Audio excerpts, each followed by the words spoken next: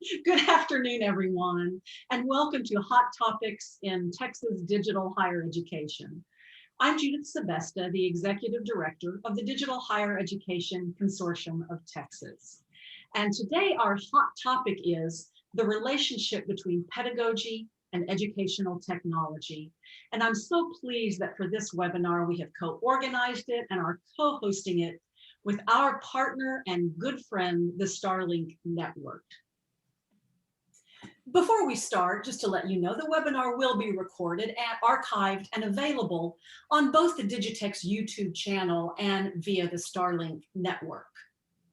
At the end, we'll be pasting in chat a link to a very brief evaluation form. So please, if you have a moment, take some time to complete that and submit it to us. And we'll be sending it to everyone who is registered as well. And then also, we would like to thank Rebecca Kadoff from Caption Sync for providing our closed captioning today. I am so pleased that today our moderator is Rick Walker, the director of the STARLINK network. And it gives me great pleasure to introduce Rick. Rick is the director of the STARLINK Professional Development Network. Under his leadership, STARLINK experienced a 429% increase in users during his first 4 years. Rick serves as adjunct faculty, teaching media law and media ethics at the University of North Texas in Denton, and communications at the Dallas College Richland campus. Rick has presented workshops on a variety of educational topics across the nation. Rick earned his Juris Doctorate from the Texas Wesleyan School of Law, now the Texas A&M School of Law. And he's the former host of Power Talk on KVRK 89.7 FM. Rick has over 29 years of live broadcast experience in the Dallas-Fort Worth market. Rick, it sounds like we are in good hands today. I'll turn it over to you to introduce our speakers and to moderate a lively discussion. Rick? Excellent. Thank you so much, Judy, for that kind introduction. We are thrilled to be partnering with you guys, and we have an amazing lineup of guests. Thank you guys so much for tuning in today. And let me introduce our panelists because this is a very important topic. And the topic today, it's the relationship between pedagogy and educational technology. And there is so much to get into this. We're going to post the bios in the chat room. If you have a question, feel free to post it in the chat room, but we have Luz Cadena, Interim Director, Distance Learning Support Services at El Paso Community College. Luz, how are you doing today? I'm doing well. Hello from Good. West Texas, everyone. Good. Do you have a quick opening, or you want to give us a little more insight who you are and what you're about here? Sure. So I'm starting as the interim director. Our previous director retired. I've been with distance learning since 2013, but I've been in education for well over 20 years. My career in education started as a high school social studies teacher before moving into higher ed. And I've become quite passionate about distance learning and the access to higher ed that it provides students, especially in our community. But my goal is to make sure that those are rigorous, enriching, accessible learning experiences for our students. And that's why I'm really happy to be here this afternoon to talk about Great to have you. Great to have you. And our next panelist is Tanika Clayton. And I got to know her a little more yesterday. We did a more extensive interview, just an amazing person to get to know. Former managing partner, New Schools Venture Fund, board member at Dallas College Foundation. Tanika, welcome. And you want to give us a little opening statement and who you are, what you're doing? Hi, everyone. I'm excited to be here. My career has really been focused on making sure that there is equity in education for underserved communities. And I spent the first part of my career in Edtech and most recently as an investor, investing in entrepreneurs that were building Edtech solutions to really support underserved communities in K-12 education. Excited to be here and share my insights and thoughts. Very good. Thank you so much for joining us. And our next panelist, I'd like to introduce Todd Ellis. He's Director of Teaching and Learning at Grayson College. Todd, welcome. Any opening thoughts, comments? Hello, thank you. Besides being the Director of Teaching and Learning at Grayson College, which gets me every day in the trenches on pedagogy and Edtech, my perspective is, I bring an international perspective. I started teaching on a coral atoll in Micronesia with a chalkboard and a piece of chalk and some books. And I've also taught in a monastery in Kathmandu, Nepal for the summer. And my degree is in culture studies. So I tend to bring a cultural international perspective, which tells me that what we've created is invented and can be changed. And I've seen inside and outside the box. So more and more, I try to stay inside and outside of whatever box we're in, culturally or technologically.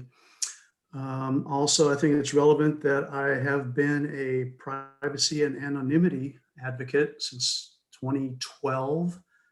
That means I haven't used Google Chrome as a personal search engine since then. I don't use on my personal devices, I don't use a Microsoft operating system. I have prepaid phones that I use separately and don't put my name attached to. And again, my motive is it's really kind of become a hobby at this point where I just wonder how much I can avoid surveillance and data mining. And it'd be really nice to be able to see behind the matrix and know what do they have on me at this point. You know, it's kind of a hobby at this point. Like what can I do? And it's a long-term project. It's something I first read Data and Goliath in 2013, and that got me interested. So it sounds like you have a very small footprint then, a very small digital footprint. I would think so. I'm very conscientious about it. I use browsers very specifically. I use DuckDuckGo on Firefox with ad blockers and cookie auto deletes. And I use a Tor anonymity browser for websites. So that's my perspective on that. I also, it's probably worth saying, I'm a longtime advocate of critical pedagogy in the tradition of Paulo Freire, Bell Hooks, and Henry Giroux. Well, it'll certainly be interesting to hear your perspective on our topic today. And thank you so much for being a panelist. And finally, our panelist needs no introduction probably for most of us. He is the Executive Director for Texas Community College Teachers Association, Richard Moore. Richard, man, it is a pleasure to have you. You want to give us an opening hello? Mute. There you go. Sorry about that. Thanks, Rick. Yeah, thanks so much for having me with you all today. I've been looking forward to this conversation. I'll tell you briefly, TCCTA is an organization that's been around since 1947. We do a lot of different services for our members, including policy work before the Texas Legislature, Higher Education Coordinating Board, and other state agencies. We do professional development and legal services. And we really see ourselves as a connector for our members. We say that we connect people, institutions, resources, and ideas.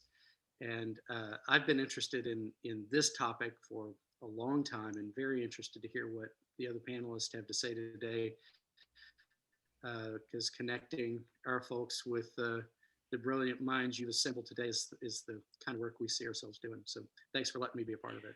Excellent. Excellent. Well, we're posting the more extensive bios on the chat room, so you can check our panelists out more extensively by clicking the links in the chat room.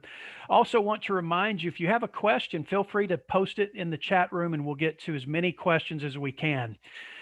All right, panelists, here we go. Let's just dive in. The relationship between pedagogy and educational technology. That's our title. First question I want to just throw out there, why is this an important topic that we discuss this today?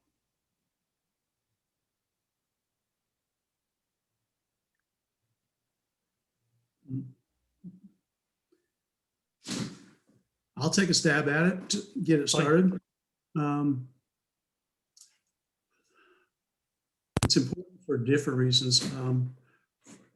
For one, at this point, educational technology is so, we've so invested in it and doubled down on it, and it so structures our institutions that it's going to be with us.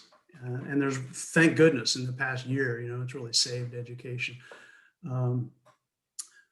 But part of my original interest in wanting to talk about this is over the last 3 years, the amount of time I spend juggling educational technology, sort of making the mega machine work for everybody, and just combing through the waves of it, the new digital technology that's sort of arriving on my desk all the time. And so just the sheer amount. And so when I empathize with new teachers and I think through what are they looking at, they're seeing a wave of different technological possibilities coming at them. And I feel like educational technology at this point can take over education in ways that we don't want. And I think we should be on the forefront of deciding how that goes, defining how that goes. Yeah, I think that's something our members talk about a lot, that I think educational technology has been for the longest time an aspirational thing. We've been, the promise of it has been there, but it couldn't quite deliver what everybody imagined was possible. And it has been maturing over the years and is now at a point where the experience that students have in online environments is a lot more robust and meaningful than it was just a few years ago. But what that brings, I think, is largely what Todd is raising here, which is what's driving the work. Is it that we have this tool and so we have to use it, or is it that our students have these needs and let's find the right tools to meet those needs? And I think what we're finding at our institutions is that having digitally literate faculty and administrators who are able to engage those tools and apply them smartly is what's going to translate this moment that we're in into a better outcome for our students, where it's not just a bunch of gizmos that we throw at them, but it's educational experiences that we're giving them that are facilitated by these new tools. So I think the way we frame that work is going to really determine, you know, the result we see. I think it's a hot topic right now because over the past 10 years, we've gradually seen Edtech, like we're just using it more in classrooms, at home. And then with the shift that just happened in the past year, you know, we've shifted all the way to using a lot of it at one time. And it, you know, maybe the tools weren't the best tools. Maybe they were, you know, some were good. And maybe we longed for the days before when we didn't have to use it as much. But I think now we're seeing the limitations of what technology is out there, but we're also seeing the possibilities and some of the great things that it has done. And so we're at a moment where we've learned a lot from before and during, and it's time to kind of like harness everything that we've learned and you know, see what we can learn from it and then align it to what outcomes are we trying to achieve with our students and with our classrooms, and which tools are the best tools for us to use to achieve those outcomes, and then what's not here, what are we missing that maybe in other industries that haven't yet come over to education. And so I feel like we're just at, you know, a special moment where it's great to keep talking about it and learning from each other so that we can share, you know, what the latest technology or new ideas that are out there, and then learn from the failures that we witnessed. And to kind of wrap it up, for me, it's we all buy into this, right? Because we're here talking about it. From my end, is how do I get everyone else at my institution to buy in also? How do I get faculty to understand that you don't put the technology first, you put the learning first, that the technology are just tools to help you meet your objectives. that idea of backwards design, and also how to get college administration to support that too. Because again, I don't think we have to convince ourselves we're all here because we believe in it, but how do we also get everyone else to buy in and just follow those best practices and things of that nature? Rick, you're muted. Rick, I think Thank you. That's my little thing I do a lot. The relationship between pedagogy and educational technology. That's our topic. We've got a lot of questions. I'm going to toss out another question. If you have a question you'd like to submit, put it in the chat room. How can technology enhance and impact the classroom experience and align with learning outcomes?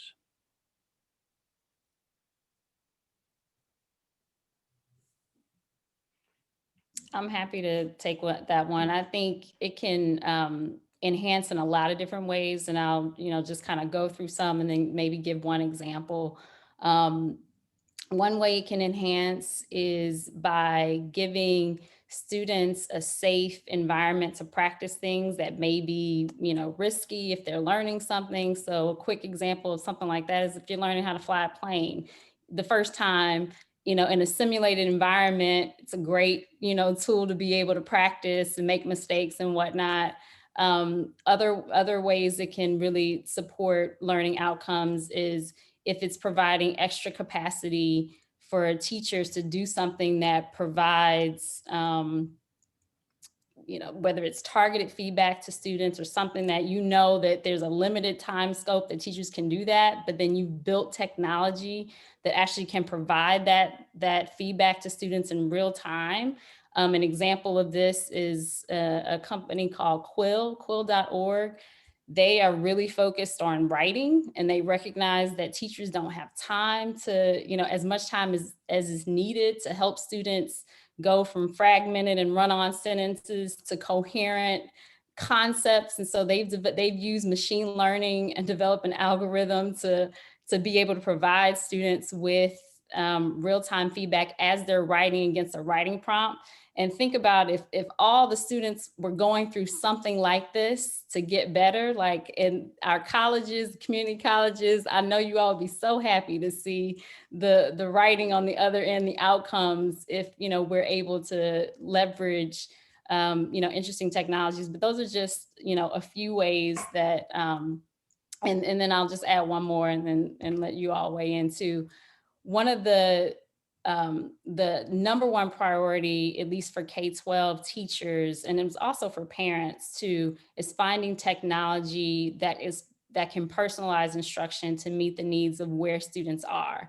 And so if students are learning fractions or algebraic reasoning or whatever it is, them being able to start at a point that takes into account what they already know and where the gaps are, and for the technology to be able to fill in and build from there is also super helpful. But I do want to just circle back to the point made about, and I can't remember who made it, but about the teacher being the guide, and technology is not a replacement. There always has to be someone who understands the pedagogy, where the child is going or where the student is headed, to know, which tools to introduce and why to get to the outcomes that they're trying to achieve.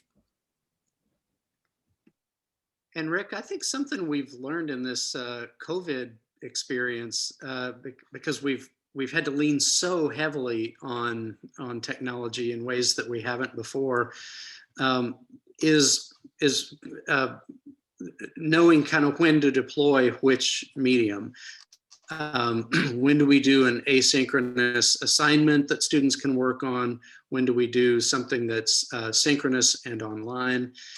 As we get back into classrooms, hopefully one day, what is the best use of that medium, the flesh and blood medium? And I think that has been something that I'm hearing a lot of our members discussing. We've talked about blended classrooms. Flipped classrooms, where you get a student you say the best use of the classroom probably is not going to be the lecture, because that's the least interactive way to deliver information. So let's put that online. I'll record the lecture. You can watch that. But when we get together in person, let's do something where we're taking advantage of that rich medium of the classroom. And then where even in the classroom do we need to bring technology? We have a new partner that we're working with called Derivative that helps with math instruction. Really interesting startup that's emerged around that, because effective math instruction is really challenging online. But what they're finding is that when you're in a classroom with students, they're still using those tools, even though they're face-to-face. They're doing the work online because they can collaborate in ways that are better than face-to-face. So I think learning to be, I guess, critical consumers of the technology and knowing there's a thing we're trying to accomplish, and here's an amazing tool to help us accomplish that. We get out of the ruts and just the ways we've always done it. We were forced to because of COVID, but now I think we're in a good position that we can sit back and assess what worked in this and what are some things maybe that going forward we don't want to go back to our old way of doing it. We've found ways to actually improve. That's a good point, Richard. And let me throw this. I want to deep dive into this a little more. Am I still muted? No, I'm okay. I'm not. Let me follow up with this question, because there's a lot of tools out there, and a lot of faculty that are watching this are scratching their head and going, I'm not sure which one is appropriate. I don't know which one's effective, and we want our learning outcomes to drive the learning, not the technology. So let me ask this question. What are the criteria, or how can we select the right EdTech tools? Something I wanted to add to what Tanika and Richard were saying. I agree completely with what they're saying. So I try to think, I spent like 2 months thinking through the complexity of this topic, going down a lot of rabbit holes in a lot of different directions. And then I try to come back and go, what is the simplicity level of it? And on the simplicity side, what I come up with is, if you have to have a lot of empathy. You have to understand who students are, and you have to be intentional. You have to intend to understand who students are. Now that means you don't have 80 students in your class, because if you have 80 or more students in your class, no matter how intentional you are, it's hard to know who all those students are, what they need to learn. So I try to keep empathy and understanding who my students are, student agency first and foremost. And the more I get clear on that, the more I know what kind of educational technology I need to use.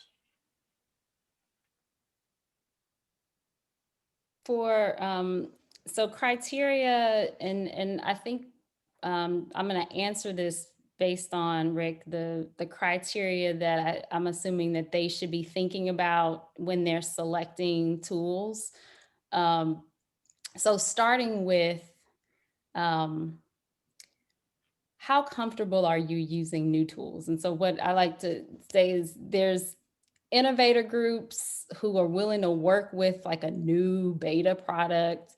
There are kind of early adopters who are like, yeah, I don't want to be the first person trying something out, but if it's somewhat half-baked and it's in line with what I think I'm trying to do. And then there are the late adopters that are like, do not give me anything that hasn't been already tested, that's not confirmed to, get a certain result. So understanding who you are as a teacher, professor, first, and then, based on what is the outcome that you're trying to achieve. So, maybe it is a personalized instruction product. Maybe it's something that, gives you some extra time. Maybe it's something that's just as simple as like, it makes the lesson more engaging for the students.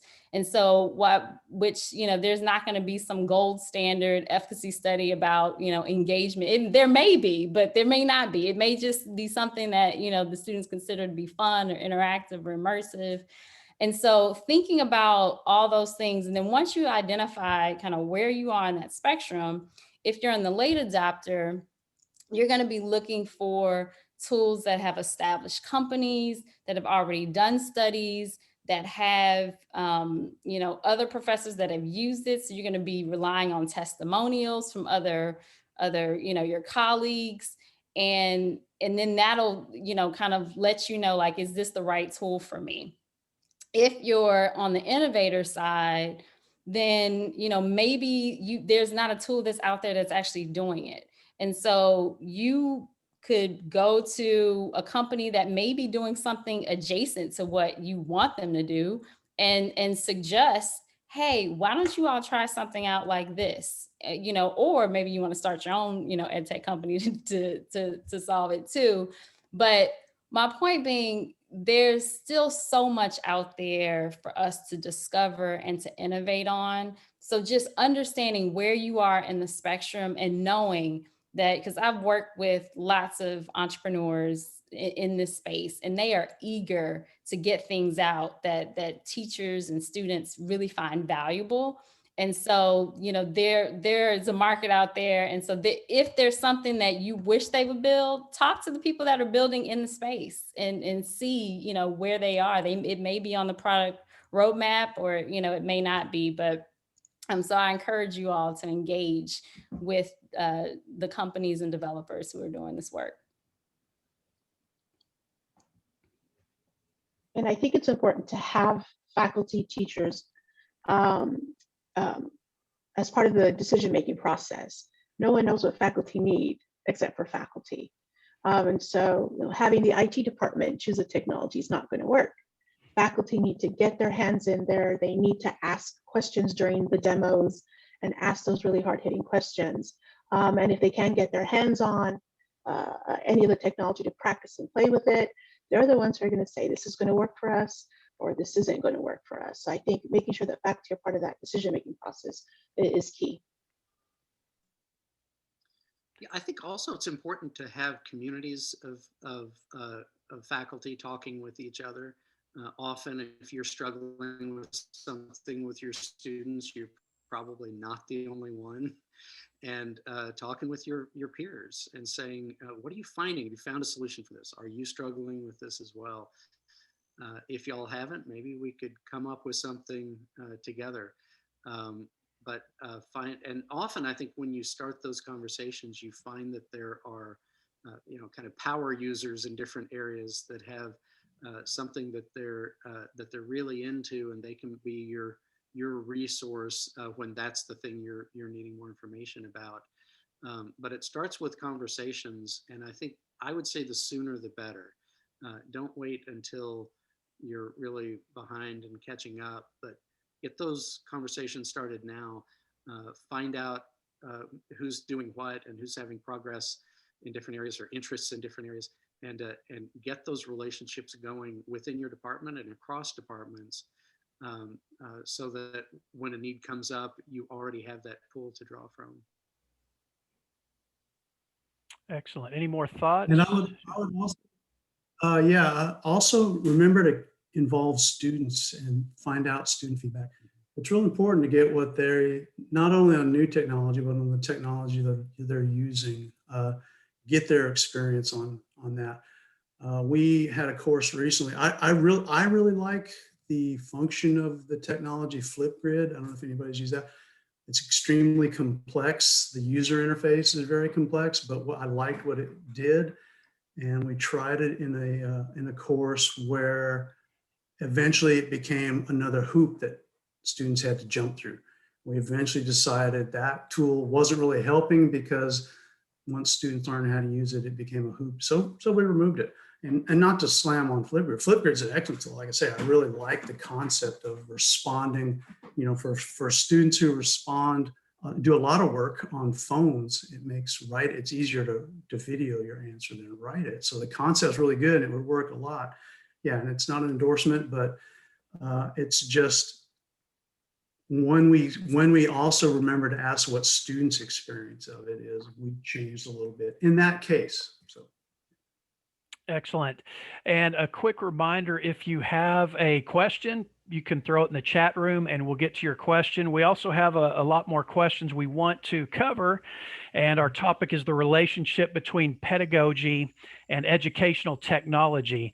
Let me backtrack on our title here, because in one of our pre-meetings, we had discussed the relationship between pedagogy, and then we kind of paused and said, pedagogy, that almost has a negative connotation in today's academic circles, or does it? You guys talk about how, do you feel like there's a little bit of a negative connotation to that word? And if so, what, tell me your thoughts on that issue. I may have been the one who brought that up. Our department at distance learning at EPCC, we're not an IT department, we are an instructional department. So again, it goes beyond just teaching faculty how to use the LMS, but how to teach with the LMS, right? Those best practices. That saying, with great power comes great responsibility. So how can we use that technology in a responsible way, again, to build those enriching, rigorous, accessible learning opportunities. And so in the years that I've been with distance learning, and in trying to incorporate more pedagogy, best practices, accessibility, because I believe they go hand in hand, you do get resistance from faculty. You're trying to tell me how to teach.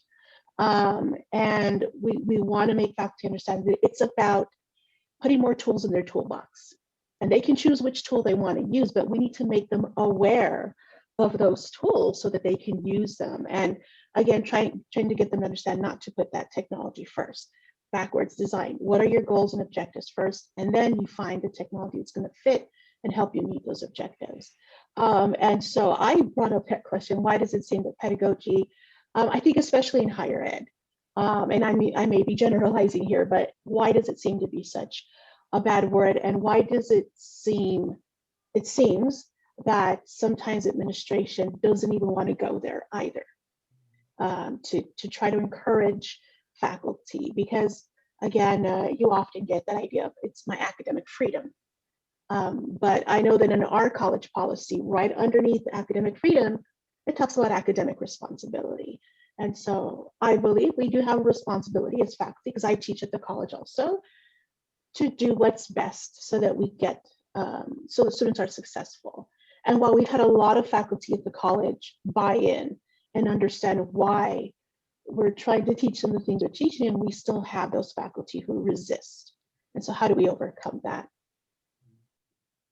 And some of the resistance we see is colleges increasingly rely on adjunct teachers who are precarious, sometimes surviving term to term, don't have a lot of time, sometimes aren't even offered professional development. So for an adjunct who is teaching a lot of classes, it can be a big ask to ask them to do pedagogy when they want to just keep making their paycheck.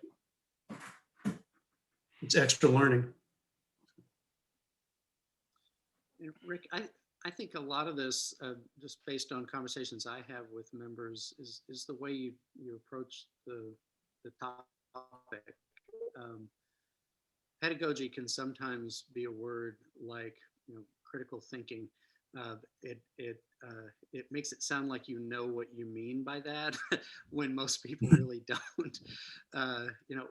What do we mean when we talk about best practices in teaching? And it's a kind of elusive question. Teaching is as much an art as a science, and I think if we approach it more as just broaching the topic, this is just something we want to talk about, but we don't know the answer yet. Let's find it. Let's create our answer to the question as we go, but let's do it together. I think that tends to it's less about, I think, overcoming resistance, because that stays in the fight mode. You're resisting and I'm going to overcome your resistance. It kind of creates an adversarial frame. But if it's just we don't know, we need you, because y'all are the ones that know. We have some resources we'd like to bring to this, or there may be some things we can talk about together that might help. Let's talk about it. that I think that we do a conference we did it every May before COVID. We moved it online. It's the Great Teaching Roundup. We now call it Master Teacher Meetups. And it's small groups of faculty. The in-person version out in Kerrville is about 35 people, but the online one is small groups of about 6 or 8 that get together every week. And it's just teachers talking about their experience as teachers and what's working, what are they struggling with, how can they support each other. And they come up with some of the best ideas. I would say one of the best things that has come out of COVID for us has been that Katie in our office has been sitting in on most of these meetups. And we're gathering so much intel from our members, just listening to them talk about what they're doing, and just being able to sit in on that has been illuminating for us. And it's just those conversations, and not knowing ahead of time what the answer is going to be is, I think, the best place to start. Excellent, excellent. Mallory makes a good point in the chat room too. She says that, well, it just moved on me here. Let me go. Whenever instructors and administrators get to see someone successfully teaching with technology, it makes the tech less scary. I think that's a good point, Mallory, and thank you for that. We also have a question from the chat room, and our topic today is the relationship between pedagogy and educational technology. And we're going to go to the chat room for a question. Is there value in talking about andragogy, the method and practice of teaching adult learners, adult education? And I was one of those adults returning. I was let's see, I guess I was 40 years old and decided to go to law school, and I felt like a poser. So I was one of those adult learners. But what about that as opposed to, or in addition to pedagogy? Will that affect the technology utilized based on the demographic, the age difference? I think that, go ahead. I was just going to say, I don't think the terminology will change much the behavior. I think the core issue is you're trying to get people to change behavior, and that's always a very difficult thing. So whether you call it pedagogy, andragogy, whatever, I mean, unless they are really inspired, moved, or compelled to make the change. And I think you all have referenced like great examples of ways to kind of inspire and motivate people to make a change when you highlight professors or teachers that are successfully using it, that have had amazing outcomes where students are talking about how great things are, and you elevate those in conversations, then it might, motivate or move people to make the change. But I'm one of those people that, like, you can call it one thing or the other, but I don't know that it'll make much of a difference in changing behavior. I think I wanted to weigh in on that and on what Richard said, that it is a really important question on what is the meaning of pedagogy. And that could be a whole series of webinars, but for me, it's almost like what isn't a pedagogy? I mean, cultural and political atmospheres are pedagogies that teach certain things and have underlying assumptions. So we do have to really and can simplify and clarify what we mean by pedagogy, offering complex levels and simplify levels for people to at least enter in the discussion of pedagogy. I agree also with Tanika that what we call it it's not something I think through. That last part of that question, will that affect the technology utilized? And I'm thinking through my adult learners. It pretty much, I don't think through of what will adult learners use. I think through what are these students? Who are these students? So it's most likely that older level students may prefer a different technology. So the question, yes, will that affect the technology? Yes, because knowing who your students are should affect the technology you use. Okay, excellent. Some great comments here. This is an exciting topic. It's the relationship between pedagogy and educational technology. If you have a question, feel free to toss it into the chat room. And also, let's just play for a second here. I want to get out our crystal balls.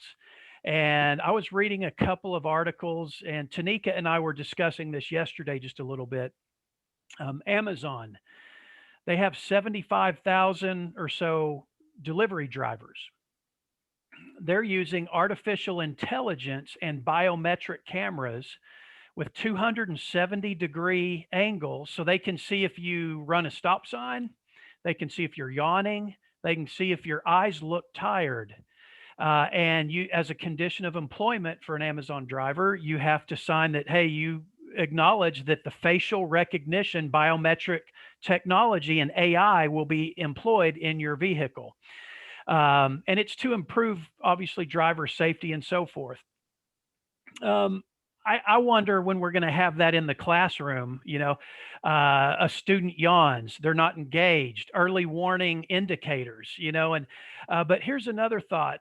Jill Watson was one of the best TAs at she was invented in Georgia Tech, and she was an AI TA, but she was mixed in with all the real person TAs, and the students could not differentiate that Jill Watson was a computer AI TA.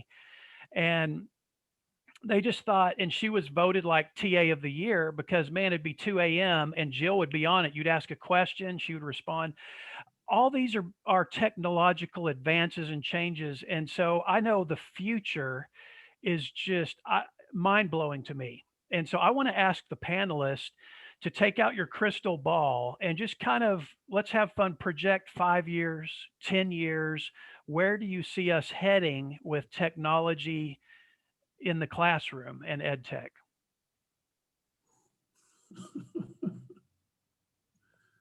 I'm laughing thinking about Todd and the horror. I was like, Todd, they got a lot of information on you because they're listening to my phone right now. Siri's listening to you talk, Todd. That's true. So, but I mean, John. So Thank you. That is hilarious. So I think the facial, we're gonna see advancements in facial recognition, speech recognition, artificial intelligence, machine learning in education.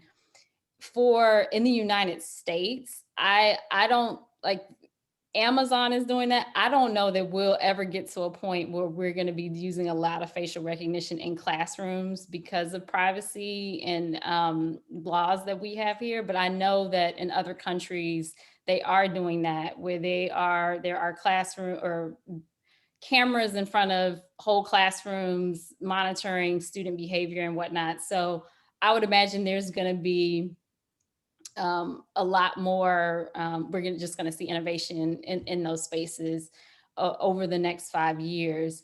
Will that really change the way things are taught and how we currently do things now? I'm not sure that we're going to see that in the next 5 years. I think we'll see some of it.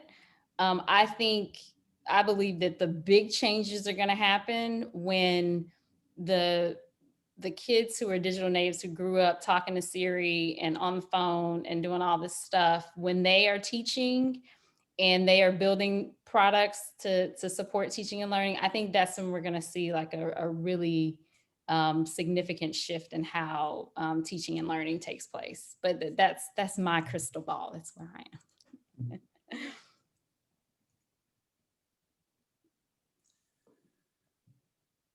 Anyone else?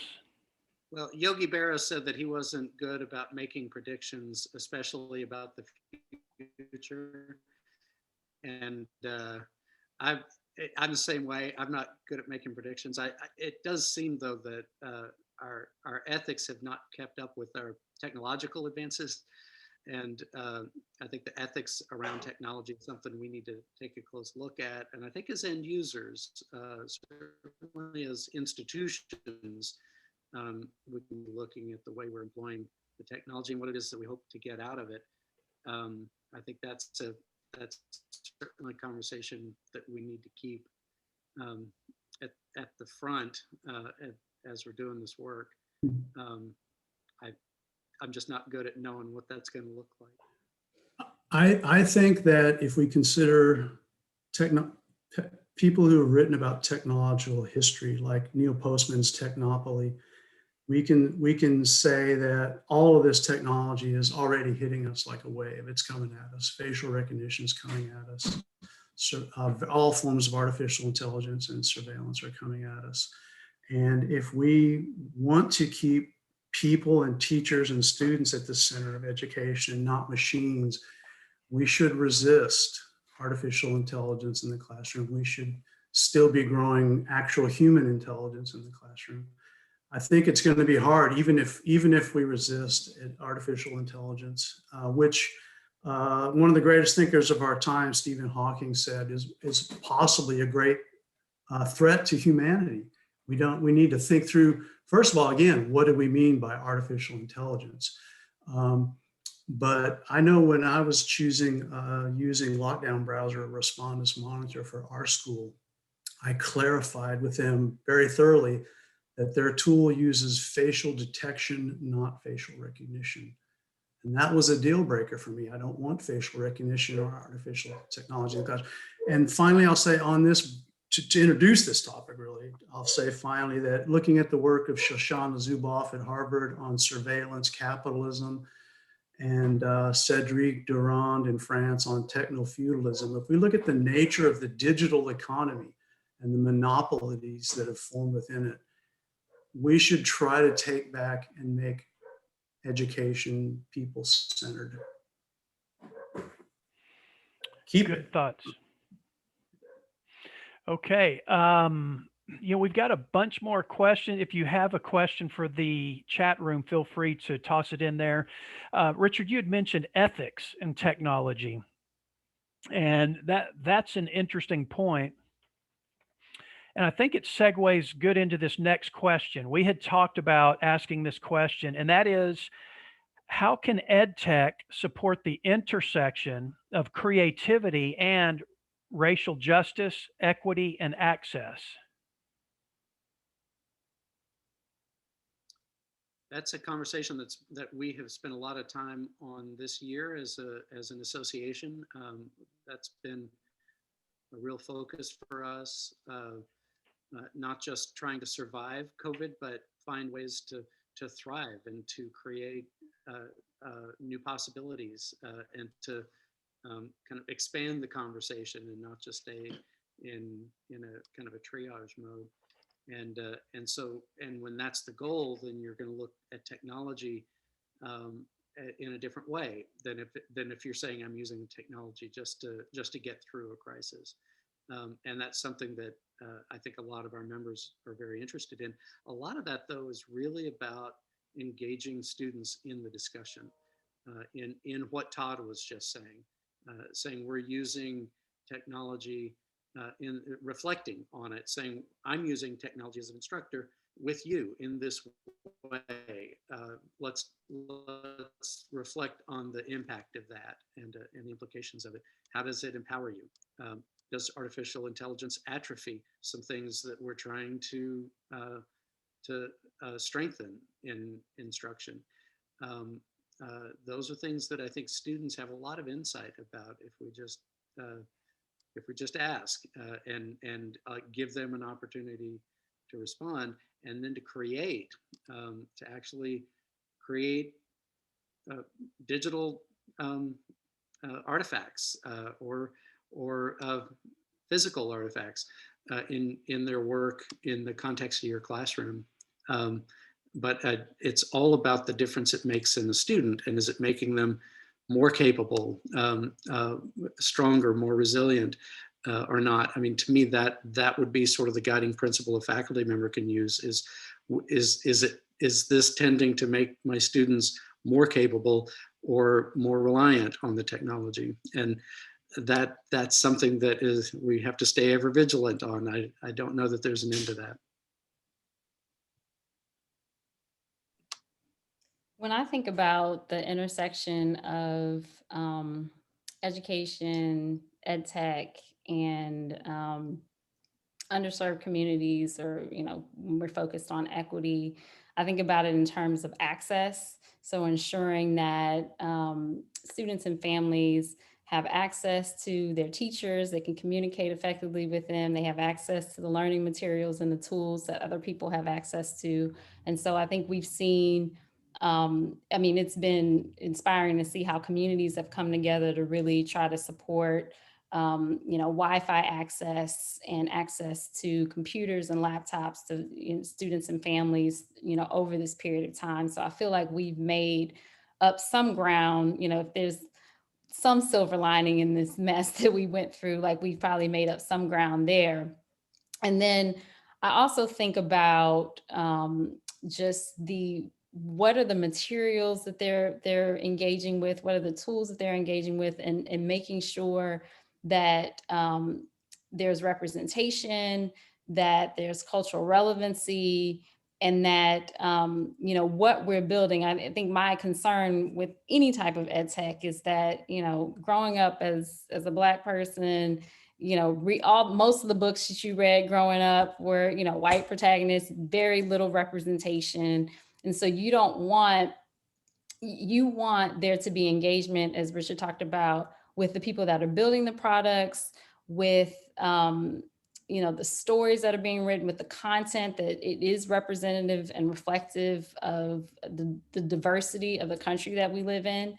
And you want the engagement, and then you also you want people to see themselves in whatever they're using. And so ensuring that professors and teachers are thinking about that when they're making selections and looking for that kind of stuff, but that also developers are engaging with the communities when they build these products. So it's, again, and I think Todd spoke about this, like, what is the audience you're building it for? Like understanding what is the community that we're building it for, and ensuring that the products are actually meeting the needs of the, the students that it's supposed to serve. And what you don't want is an example of the technology. I think there's been some examples with facial recognition, but also with, the things you use to wash your hands. It didn't pick up on dark skin, or facial recognition wasn't, good for, picking up Asian people. So just making sure that when you're building products, that you're engaging with all different types of people to ensure that it really can meet the needs of all students. Well, we are almost out of time, and I want to leave Judy a couple of minutes at the end to wrap things up. So this will be our final question for our panelists. And I want to say thank you guys so much. Todd Ellis, Richard Moore, Tanika Clayton, and Luz Cadena, our panelists. You guys have done an outstanding job. And I wish we had about 5 more hours, because I've got a whole bunch more questions and thoughts. But what I would like to do is just leave each one of you a minute or two for final thoughts, takeaways. So just wrap it up for us. Luz, do you want to start? Sure. I think this was discussed already, that because I know I brought up a lot, how do we get faculty to buy in? And someone mentioned it, I think it may have been Richard, that it's getting other faculty to put out the same message that we're putting out as a department. So, we're really big on engagement, especially right now, keeping that connection with students. And we offered a series of workshops in the fall. We had some attendance. But in the spring, we said, no, we're going to do it faculty to faculty. So it's getting those faculty who have already bought into the message and getting them to go out there, because it's really interesting. Just a few weeks ago, I went to a presentation about best practices and ways to engage students in science courses, things of that nature. And it was a great presentation. And the instructor said, well, I kind of learned that stuff from you all, not all of it, but some of it from you all. And faculty were eating it up. So they tend to be a bit more receptive to that message from their colleagues. I think it's something we're going to strive to do more, is get those faculty who have bought in already and get them to be the voice for us. I'm certainly going to start doing that a lot more. Thank you. Tanika? Yeah, I'll just, one point that I don't think I touched on as much is like when you're thinking about introducing new edtech tools with your students, like one of the biggest challenges is implementation and really understanding like what is it going to take to get this to perform to the outcomes that I want, and how much upfront work, how much time is it going to take the students, like what horizon do I need to be looking over to see if there's leading indicators of success and whatnot. So understanding all of that up front before you jump into it, and pace yourself. Like don't do too many at one time, like pick, one thing, figure out what is the most important thing you want to accomplish and then, ease into it. But I'm still like, overall, I'm optimistic. There's so many things out there. There's so many things that are there, but yet to be created. So definitely engage, but just pace yourself. Excellent. Todd? Yeah, I would say that really the essence of one of the essences, if there may be two, of critical pedagogy is adding context and always understanding the context. And that context means who are our students, what communities are they in, and like Tanika said, who am I as a teacher? That's very important. So to add that critical pedagogy perspective is to make sure the context is always in there. Part of what I wanted to do today is say that educational technology doesn't exist in a vacuum. Its broader context is the digital economy, that larger digital economy that is characterized by growing monopolies that are now being sued by states nationwide because they are monopolistic practices. They are characterized by surveillance technology. And part of the way, and my eye is, Rick, it is on that future that I see, and that I see there's so much potential. There's this turning point, like there's so much potential, and there's some really bad ways it could go wrong. Did I say resist artificial intelligence? I want to make sure. I think I said that, but I'm just going to weigh in on that. I'm going to go out there. Yeah, I'd resist that for now. But I am creating with Digitex an Edtech typology. And my goal is to sort of create a snapshot of essential educational technologies that Texas community colleges are using right now. So teachers who are lost and new teachers can go, well, here's kind of what people are doing. And it's kind of a snapshot of what we have right now. And part of that, there's many reasons to do that, but part of that is to sort of keep the control of it in our hands and what intentionally we want to do with that technology. Excellent. Richard? So my daughter just transferred from Houston Community College to University of Houston this semester. And her experience at Houston Community College was absolutely outstanding. She just had the best preparations she could have gotten to go forward. But one of the things that I really gathered from her experience and what she was telling me was that especially with all the online instruction she's been having with COVID, that education is fundamentally a social activity. It's not something that we do alone. And there are times when you need to toil away on your math homework and it's just going to be you doing it. And that's important. But even that has to connect in relationships. And I think as we're looking at technology, we need to be thinking about the community that we're creating, the values around people and the connections among us. And I think if we can keep that at the center of any sort of digital strategy that we're working on, that we're going to get to a better and more meaningful result for our students. And that can have to do even with the way we build an assignment. If you ask your students to create something, and Rick, this goes back to your question about creativity. If the things that your students are creating in your class are the kinds of things that they would want to share with their friends or their parents or a future employer, and to say, you know, this wasn't just an essay that I wrote that one person in the world ever read, but I created something that I want to share. It meant something to me. That is going to have an impact. project. And if what you're trying to do is improve their writing in a composition class, helping students to create those things that they would then share is going to make them better writers. And it's going to help them understand why writing is important and communicating with other people is important. So I would say that social piece would be the part that ought to drive a lot of our thinking around educational technology. Excellent. Our panelists, thank you guys so much. And we are out of time, but there is a survey. You can, we'd appreciate you clicking in the chat room and filling out the survey. Thank you, panelists. I'm going to turn it back over to you, Judy, to wrap us up. Rick, thank you. I know we're out of time, but I did want to just say thank you for that masterful moderation. Oh. And thank you, Todd, Richard, Tanika, and Luz for what was an incredibly stimulating conversation. Also, thank you to Rebecca, our captioner today.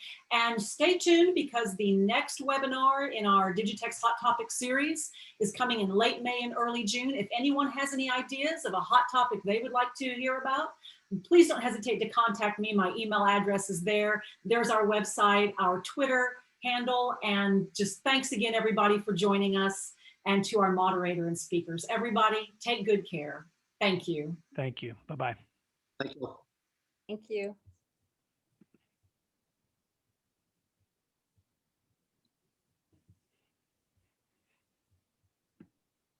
Thank you, everyone. Yes, Thank you, guys. Great job. Good time. Thank you, Rick. Rick, you are so, you know what you're doing. Oh, I have fun with this. I was just intrigued by the responses. Excellent. Oh, they were great. Just great questions, great discussion, everyone. Yeah. Please, thank you so much. Absolutely. All right. Well, I look forward to posting this on STARLINK. So we'll share this with all of our members. Sounds great. Thanks, Awesome. everybody. Take care. Stay safe, everyone. Bye-bye. Bye-bye. Bye-bye.